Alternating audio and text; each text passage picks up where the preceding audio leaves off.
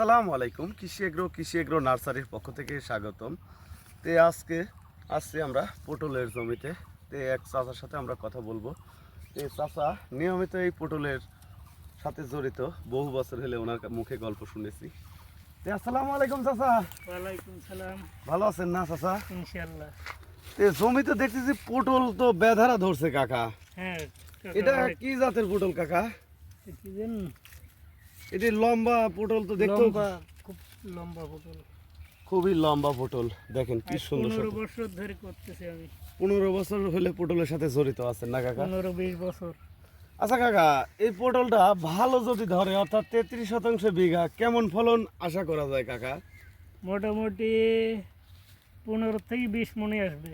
15 থেকে 20 মণ। এটি সপ্তাহে আসবে না বছরে আসবে কাকা? সপ্তাহে সপ্তাহে আসবে। শুক্রবার ডেটে শুক্রবার শুক্রবার আপনি ওঠান না কাকা? হ্যাঁ।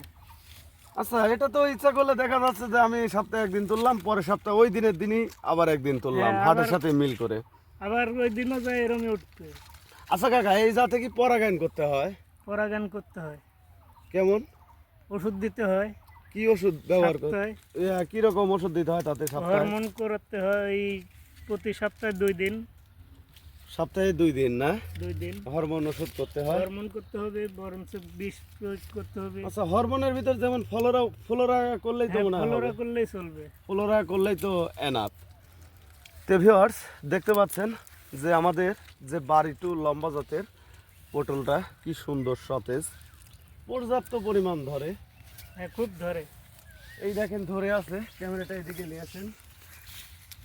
এই দেখেন, এই একটা পটল, এই পটলের ওজনই 100 গ্রামের কাছাকাছি না কাকা? হ্যাঁ, 100 গ্রামে হবে। 100 গ্রামই হবে।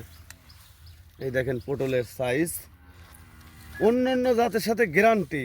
এই জাতের পটল বাজারটা সর্বোচ্চ বেশি হবে না কাকা?